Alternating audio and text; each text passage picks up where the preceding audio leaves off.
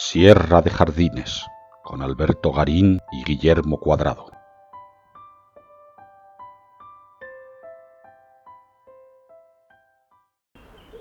Cuenta la leyenda que cuando Felipe II ordenó construir la nueva Casa de la Moneda de Segovia, se hizo habilitar a la par un jardín donde el monarca podía reposar después de ver cómo acuñaban sus ducados de plata. Es posible que tal jardín no existiera, aunque sí pudo haber ordenado la creación de un pabellón de pesca que tenemos bien documentado desde el siglo XVII, de modo que si no fue Felipe II, quizás fue su nieto Felipe IV quien sí pudo hacer uso de ese pabellón de pesca. En cualquier caso, en torno a ese pabellón se habilitó un espacio más de huerta que de jardín, en donde los empleados de la Casa de la Moneda podían no solamente colocar las plantaciones necesarias para su consumo, sino también algunas flores de deleite. En cualquier caso, ese conjunto ajardinado es el que se va a encontrar en un estado más o menos cuidado a mediados del siglo XIX Isabel II, quien pudo ser quien pidiera que se reorganizase todo este ambiente y se estableciera un jardín que ha sido restaurado de una forma bella y agradable hace poco más de 10 años. Y esto es lo que vamos a recorrer hoy. Ese pabellón originario, ese pabellón de pesca originario, los caprichos de Isabel II y sobre todo la restauración que, a pesar de que no hemos sido capaces de reconstruir ese supuesto jardín de Felipe II, eso no quita que para completar la visita de la Casa de la Moneda logramos que a través de este jardín podamos evocar muy bien cómo pudo ser esa vida de la segunda mitad del siglo XVI, cuando junto al río Eresma no solamente se puso esa fábrica de moneda, sino además se quiso incorporar un espacio de huerta para uso y disfrute de los empleados de la Casa de la Moneda. Hola a todos los que formáis esta comunidad de Sierra de Jardines. Hoy vamos a hablar, vamos a conocer y a interpretar el jardín que tiene la Casa de Moneda de Segovia, el Real Ingenio Chico, y que, bueno, pues denominamos Jardín del Rey. Vamos a intentar aclarar realmente cómo tiene lugar este jardín actual, este jardín que recientemente se llevó a cabo una restauración y digamos, una nueva reinterpretación del sitio, quizás muy al día de hoy, pero que sí que en su momento pudo y fue un jardín en otras épocas. A pesar de su nombre, Jardín del Rey, tendríamos que hablar sobre todo de un jardín típico o un jardín clásico español, un jardín que tiene toda la base de la jardinería clásica, del jardín clásico español. El jardín fundamentalmente tiene su inicio a partir de 1848, a partir de una visita que Isabel II, la reina, hace a Segovia, y que en esa visita incluye visitar la Casa de la Moneda o el Real Ingenio de la Casa de Moneda, y para ello lo que hasta entonces parece que sí que habían sido huertas de cultivo o el típico jardín de tradición que suma a la huerta posiblemente otras plantas con carácter más lúdico y más ornamental, pero es a partir de esa fecha cuando se dispone que se tiene que dar otro aire, se tiene que reacondicionar para recibir a esta reina e incluso que ella pudiera estar en el jardín. Aunque el pabellón es anterior a la visita de la reina de Isabel II, y algunos se atreven a decir que incluso pudiera ya haberse construido en tiempos de Felipe II, cuando Felipe II decide construir y establecer aquí el Real Ingenio, sin embargo, no se tiene muy claro que el pabellón fuera así, o que incluso no hay datos ni hay constancia de que Felipe II hubiera usado el pabellón como pabellón de pesca. También hay una hipótesis, y es que cuando se hace el Real Ingenio, dadas las circunstancias, las buenas circunstancias del río, entonces truchero y otros, para pescar, el rey decidiera situarse en ese lugar y a través de algún sendero abierto en el sotobosque pudiera llegar hasta ese espacio, ese lugar adecuado para la pesca, donde posteriormente sí que se realizará el pabellón. Del pabellón se tiene constancia sobre todo a partir de 1628, momento en el que Felipe IV compra dependencias anexas a la Real Fábrica y en ese momento también se construye o se habilita unas dependencias que usará el máximo responsable o la persona que va a gerenciar el Real Ingenio. Según las documentaciones, el espacio que actualmente ocupa el jardín tuvo que haber sido utilizado para tener y albergar las maderas que se necesitaban para poder mantener y restaurar los distintos artificios o ingenios de la fábrica de moneda. Por lo tanto, sería un lugar que se explanaría, se aterrazaría para poder tener estas maderas en provisión. Cuando se adquieren nuevas dependencias y se amplía el espacio, pudo haberse quedado liberado y haber empezado a ser usado como huertas, terrazas de huerta, para cultivar las plantas hortícolas y algunos frutos, algunos frutales, de los que pudieran abastecerse el personal del Real Ingenio. Es entonces cuando incluso pudiera haberse habilitado algunos espacios de agua, como un gran depósito que hubo en la parte superior, en la zona superior, que hoy en día se sigue respetando y actualmente alberga la zona de maquinaria del actual museo de la Real Casa de Moneda, y ya desde ese depósito, por distintos sistemas de acequia o de riego, poder haber tenido lugar los cultivos, sobre todo más utilitarios, hortícolas, de frutales, de plantas que pudieran tener una gran utilidad. Va a ser posiblemente a partir de ese día en que la reina va a visitar o avisa que visita el jardín cuando empiezan a construirse o a presentarse determinadas nuevas fábricas para el deleite de la reina. Posiblemente para entonces se habilita el sombraje que hay delante del pabellón, un sombraje de una gran estructura metálica que alberga sobre un jardín rehundido, típico también de la tradición del jardín clásico español, una tradición que nos llega, que ya nos vino de los jardines islámicos, y que tiene un centro con una fuente que tiene una fábrica además muy parecida a las fuentes que hay actualmente en el Botánico. Este pabellón vegetado o este sombraje cubierto estaría muy relacionado con el pabellón de pesca ya construido. Para ese momento también se sabe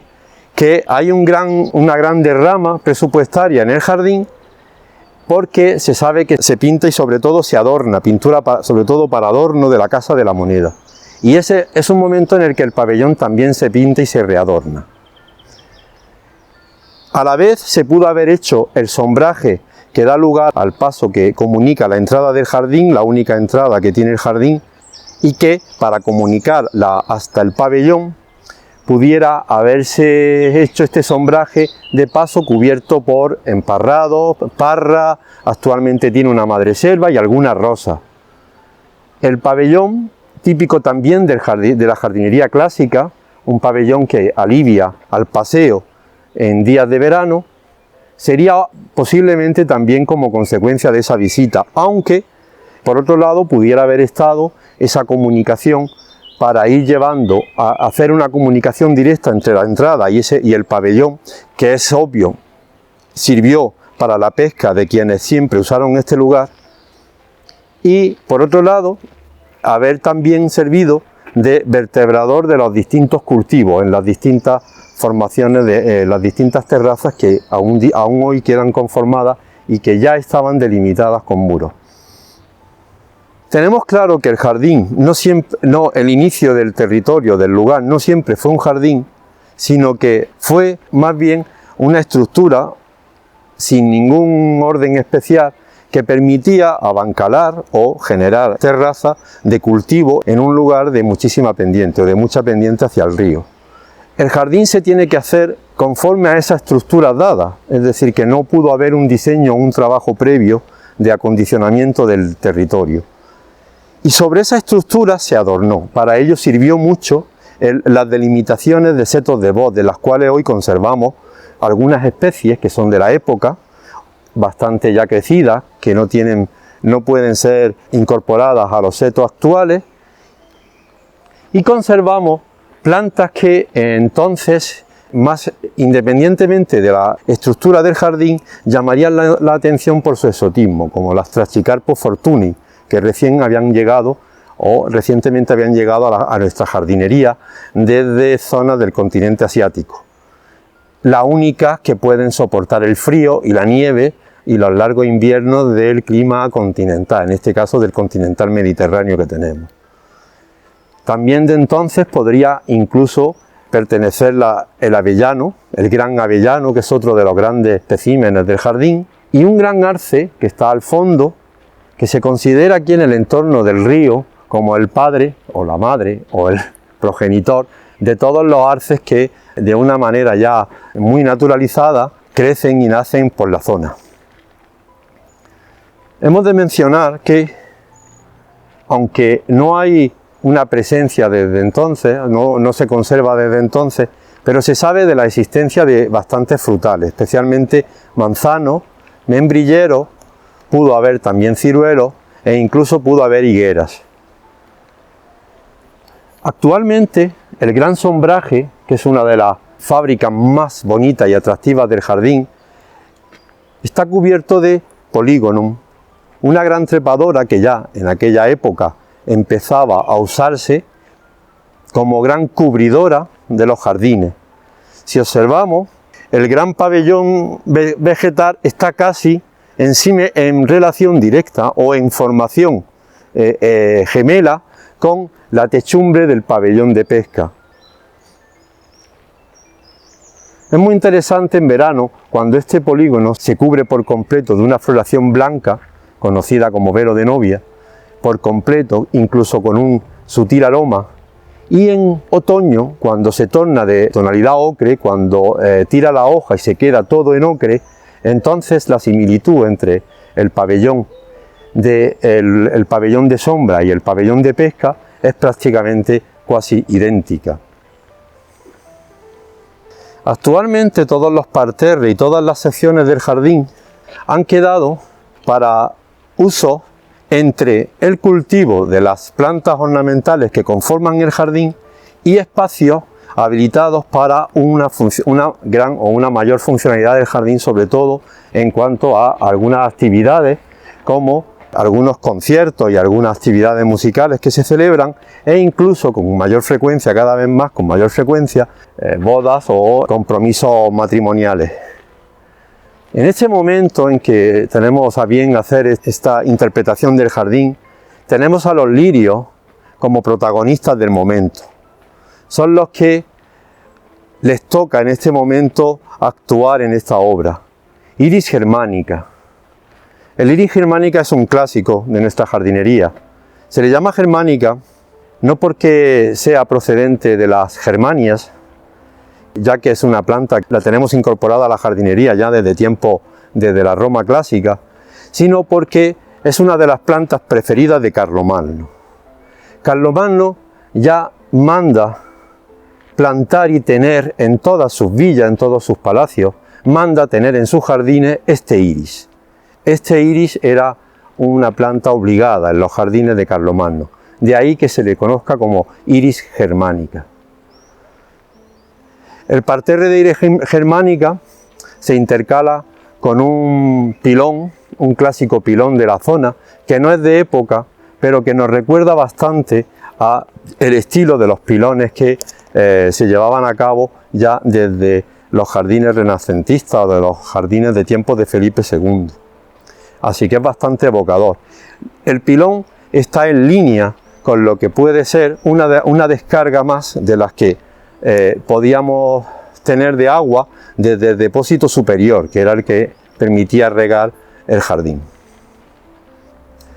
Nos encontramos en la terraza superior del jardín, la que está en la cota más alta, y es la que queda además inmediatamente después. Podemos apreciar el muro, aunque ya no tiene esa utilidad, de donde pudo estar ubicada el depósito o la gran alberca que, recibiendo aguas de cotas superiores, entre la muralla de la ciudad, el Nacimiento y Escorrentía, daba lugar o permitía el riego de todo el jardín ya descendiendo hacia el río Eresma. En esta primera terraza, la nueva interpretación del jardín, cuando el jardín se recupera y se restaura hace algo más de una década, se planta unos membrillos. Lo que vemos son membrilleros con una ordenación muy típica, en la que tendríamos que añadir o imaginarnos los bajos, también plantados de otras, como pudieran ser lechugas, acelgas, perejil,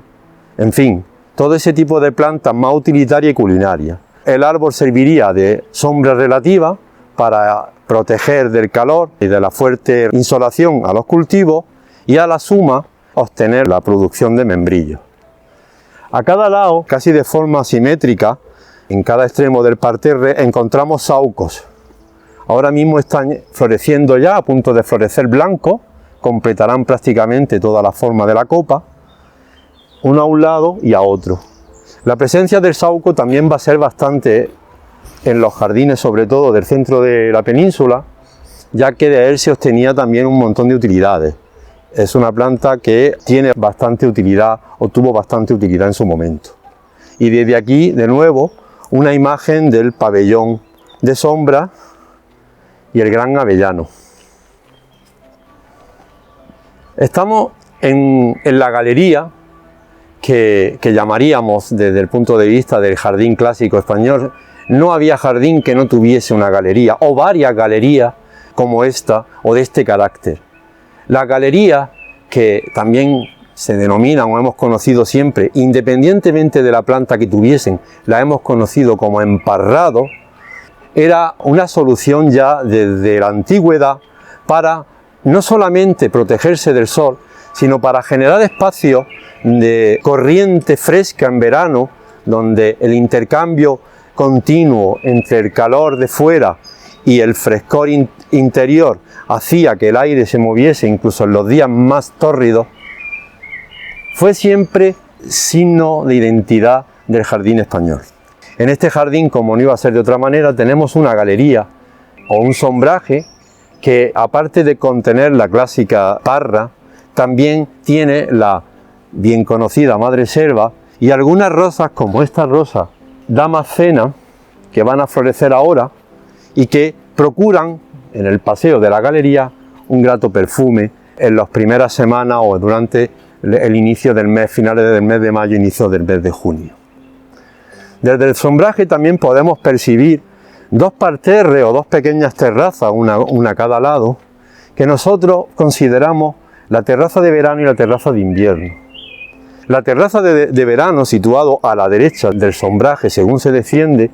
tiene un carácter más fresco, está mucho más protegida por árboles y los bancos y los asientos que en ella se pueden situar van a reconfortar especialmente durante el verano. Sin embargo, en el lado izquierdo tenemos una terraza que queda más abierta, más desprotegida y que sin embargo es el lugar perfecto para un cálido día de invierno, tomar el sol un día de invierno o de finales de otoño e incluso de comienzos de primavera. En esta terraza actualmente estamos situando algunos manzanos en maceta a modo de pequeña colección. Pretendemos concretamente con estos manzanos conseguir especies que, catalogadas por el Ministerio de Medio Ambiente y Agricultura, están en vías de extinción, es decir, ya han dejado de cultivarse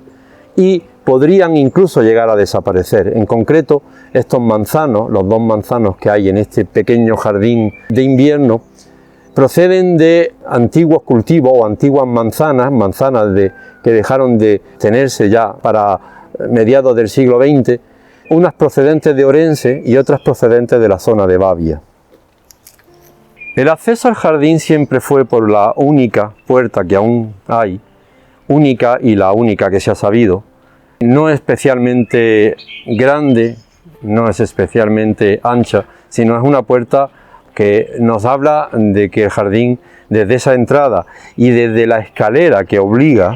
a usar para descender al espacio en el que lo encontramos, nos habla de que el jardín no debió de contar con grandes fábricas, ni especiales construcciones, ni traída de estatuas, ni nada así propio quizás de la época, para lo cual nos habla de un jardín de una utilidad muy ajustada a lo propio de una huerta, de un espacio donde poder obtener alguna hortaliza, donde uno evadirse o incluso producir para algunos más que formaran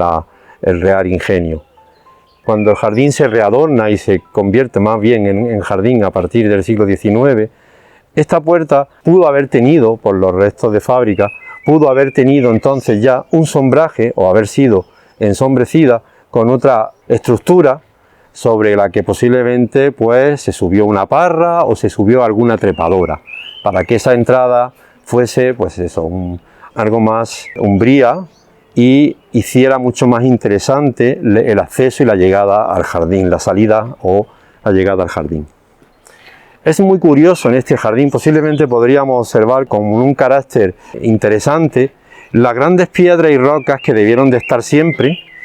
en el territorio y que de hecho incluso, o sobre ella incluso se apoya la propia construcción de la fábrica. Los muros que dan al jardín tienen estas grandes rocas entre medias. Si descendemos o accedemos, al jardín directamente desde la entrada, llegamos de inmediato, a poco de pasear, llegamos de inmediato al muro que delimita el jardín con el río. Posiblemente el muro no existió, no tenían necesidad si el río siempre estuvo con agua y fue caudaloso, y aparte estos muros siguen o mantienen la presencia de rocas, de grandes rocas como las que vemos, en este caso en el suelo, hubieran servido posiblemente esta roca y el propio río para mantener el jardín un poco aislado de la posibilidad de que se hubiera accedido al jardín desde esa zona. Así que probablemente el jardín o no tuvo muro o tuvo algún tipo de separación más vegetal, y pienso que estaría incorporado por completo al paisaje del soto del río Eresma. En ángulo y en paralelo ya al muro nos vamos a dirigir hasta los pabellones. A punto ya de entrar en el lugar de los pabellones, tanto del pabellón de sombra como del pabellón de pesca, nos vamos a encontrar la presencia de lo que posiblemente fue este y otro más que está al otro lado, uno a cada lado, de los que pudieron ser árboles del momento en que el jardín se ornamenta, que son dos grandes tilos europeos, tilos clásicos que no podían faltar en un jardín que casi se podría a partir de ese momento considerar real por la visita de Isabel II, y que van a estar uno a cada lado, presentes uno a cada lado del pabellón, tratando de sumar al sombraje la frescura de la sombra de los tilos. Llegamos al pabellón de sombra, donde podemos observar la estructura metálica sobre la que se van a entrelazar y se van a trepar y cubrir las trepadoras, en este caso una variedad de la especie Polygonum, conocido también como velo de novia, y que ha sido lenta de cubrir, pero que ya cubre casi más del 50% de la estructura y está a punto de conformar todo un pabellón vegetado. El pabellón tiene en su centro una fuente de estilo bastante escurialense, que tiene un surtidor con forma de piña de hojas de roble, y que hecha en granito, muy propia de la época o de los estilos escurialenses. Muy parecida a esta fuente, no tiene exactamente las mismas dimensiones, pero muy parecida a esta fuente, son las que se reparten por los distintos paseos del Jardín Botánico de Madrid. Así que podríamos hablar casi de una similitud, dado que el Botánico de Madrid ya se había construido antes de readornar o adornar este jardín. La fuente ya la conocemos desde que Ubintuisen se cuela en el jardín abandonado, allá por la década de los 30 del siglo XX, y localiza estos elementos, estos restos, tanto lo que es la propia fuente. Él dibuja, de hecho, en sus bocetos, en sus libros, en lo que luego iban a ser los libros de los jardines clásicos de España, dibuja la fuente, esta fuente que aquí vemos del jardín de la Casa de la Moneda, junto a otros detalles como los pie de lo que en su día fueron los sombrajes que se han restaurado y que nos dan prueba de que efectivamente estos sombrajes existieron. Como ya hemos dicho, el pabellón conocido como pabellón de pesca, en el límite ya justo del río, con un balcón por el que se puede caer casi sobre el mismo lecho de agua, se llevaría a cabo desde él posiblemente la pesca de truchas y otros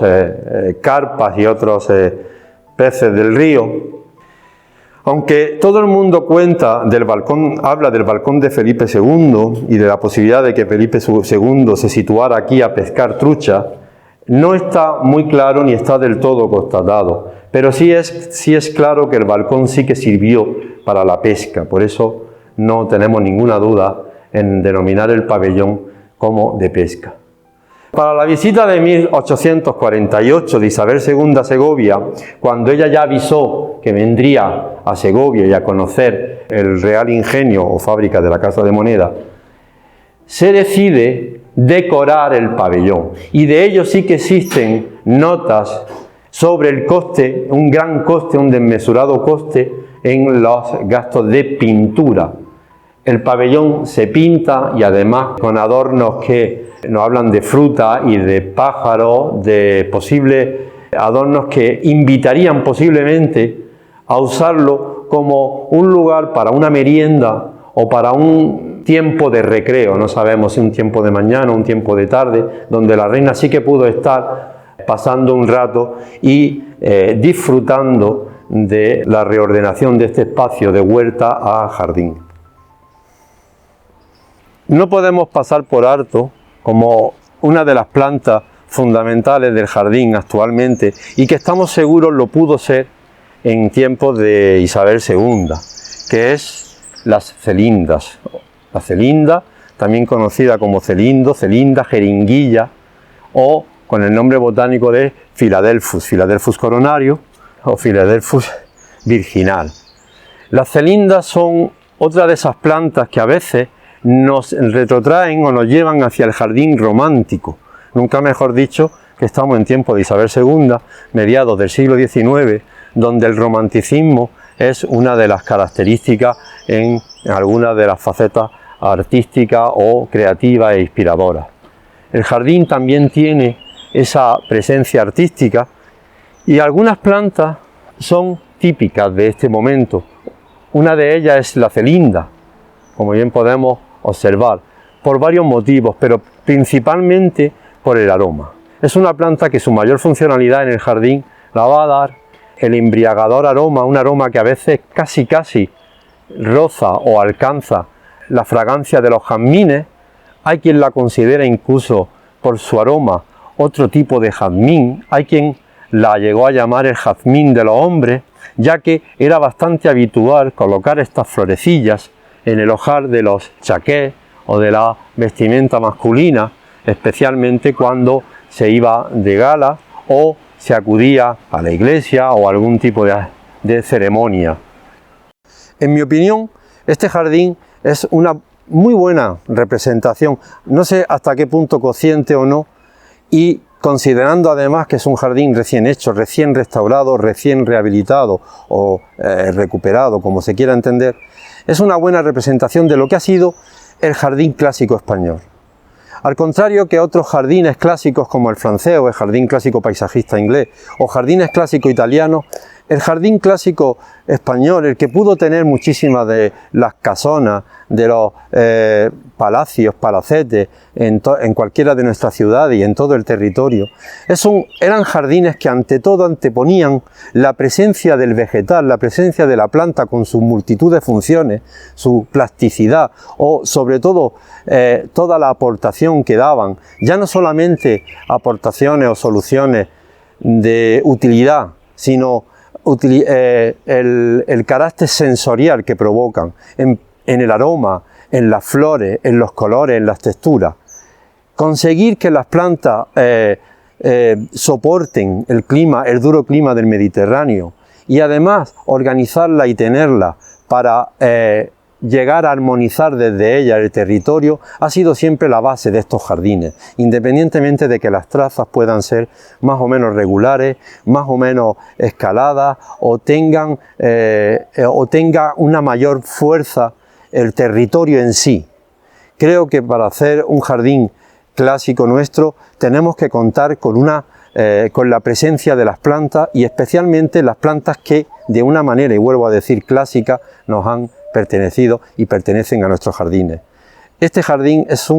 desde mi modesta opinión, es un pequeño ejemplo que puede servir de inspiración.